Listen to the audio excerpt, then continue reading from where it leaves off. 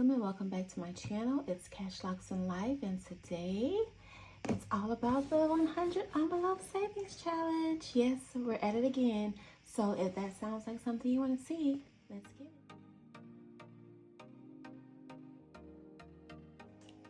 Hi everyone, how are you?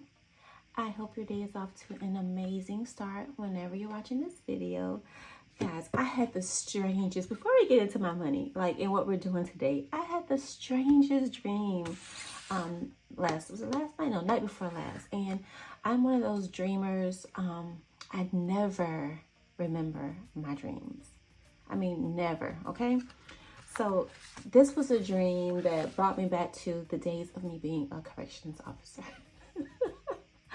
It was just so random, and I think it was because I fell asleep watching something on Netflix. I forget what it was. It may have been The Firm. I mean, I'm probably telling my age. The Firm is like one of my, I don't want to say it's one of my favorite movies, but I've watched it so many times and I keep watching it. It's back in the day with, you know, the young Tom Cruise that everyone had a crush on, but the movie is always good, right? When I watch it. Let me go ahead and take my cash out, my bank bag. But anyway, so I recall one day I had to, let me moisten my fingertips. I had to work in a dorm that wasn't my dorm. Like someone was out, and so I had to go to this particular dorm. Now, at the time, this dorm was called A dorm. And A dorm was a dorm, or Alpha, you know. A dorm was one that held people that were like, it was a Christian or a faith-based dorm, I should say, not Christians. It was a faith-based dorm. So you really had to apply to go in that dorm, and people came from all over the state to be in this faith-based program. Let me count real quick. 20, 40, 60, 81, 20, 40, 60, 82, 20, 40, 65, 75, 85, 95, 6, 7, 8, 9, $301. Okay, so anyway, I was working in this dorm, and I recall it was Count. I think it was Count. I can't remember if it was after Chow or before. It may have been before Chow, because I know after Count, they did go out on the yard again. So in this dorm, it was faith-based. The officer station was here. There were two wings with beds on each side. There was a common area, and behind the officer station on both sides were restrooms, you know, showers and toilets. So I'm in the station, in the officer station, and I just walk over here and I look behind because we're getting ready to call count. And there is a guy in the middle of the bathroom with, you know, he didn't have any clothes on. I'm assuming he had just gotten out of the shower, and he was standing there like, and I hate to say it because I want to make this family friendly, but he had something in his hand looking at me. Let's just put it like that. You know, use your imagination. So, you know, I was never the kind of person who got upset, who reacted. I just looked at him, like dead face, looked at him and nodded my head like, okay. So I come back and I call the sergeant to come down to that dorm. And so by this time, I guess he knew that, okay, she's about to write me up. He had I didn't know him because, like I said, I was visiting in that dorm. So he went, and guys, real quick, today we are going to take care of 67, 66, 65,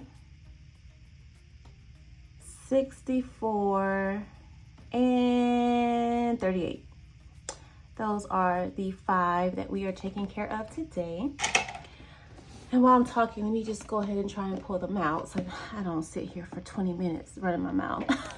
So anyway, like I said, I didn't know him, and he knew that I didn't know him, but I'm good at faces. Like if I saw you, I saw you. I may not know your name, but I know you. So the sergeant comes down, and I tell him what happened, and he's like, okay, which inmate was it? We walk around, and we get to the bunk, and so that's him right there. He's sitting in the bunk with a pillow covering his area. He had on clothes, but he may have still been showing signs of whatever he had going on. And so he had a pillow that was covering the area. And I said, okay, that's him right there. And he was like, what happened?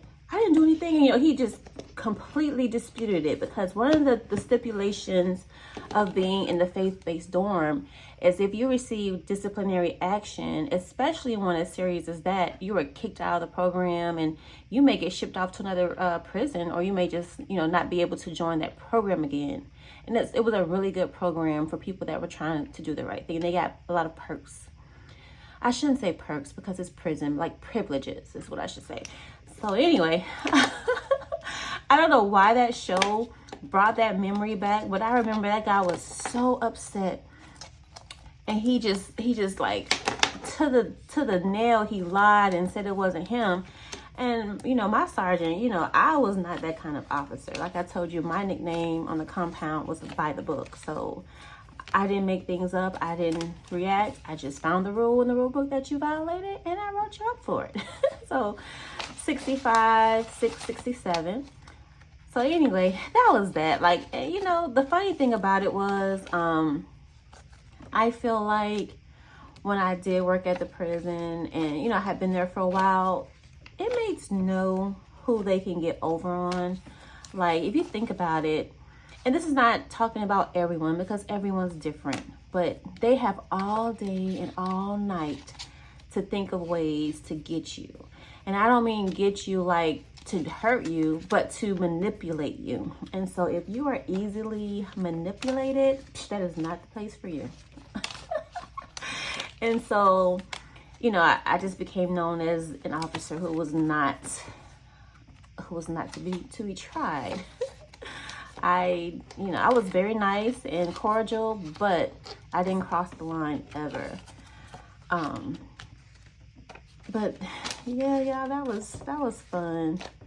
I just couldn't believe that guy did that. I'm just like, dude, really?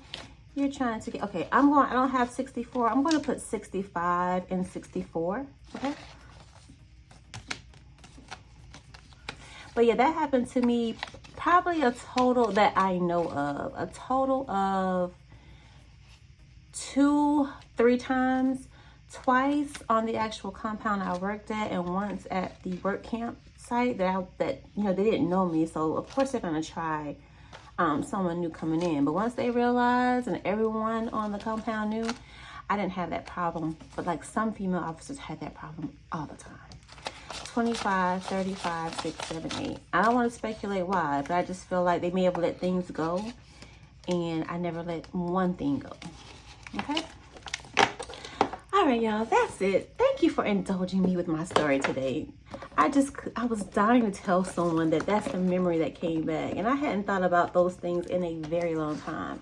I know I did say like I may tell prison stories from time to time. Maybe I will, but it's not going to be anything that I plan. It's going to have to be like spontaneous, because I don't know. I can't remember all the details, and I would hate to be telling a story and having to fill in details that may or may not have happened. So anywho, that is it for today's video, guys. Thank you so much for watching. I hope you enjoyed it like I enjoyed telling y'all that story. Have any of you had any experience, like have you been corrections officers, or you know, in any kind of environment that you had to deal with that kind of thing? If so, let me know down in the comments. Let me know how you handle it. That'd be fun to see. All right, guys, so I'll see you in the next video. Bye.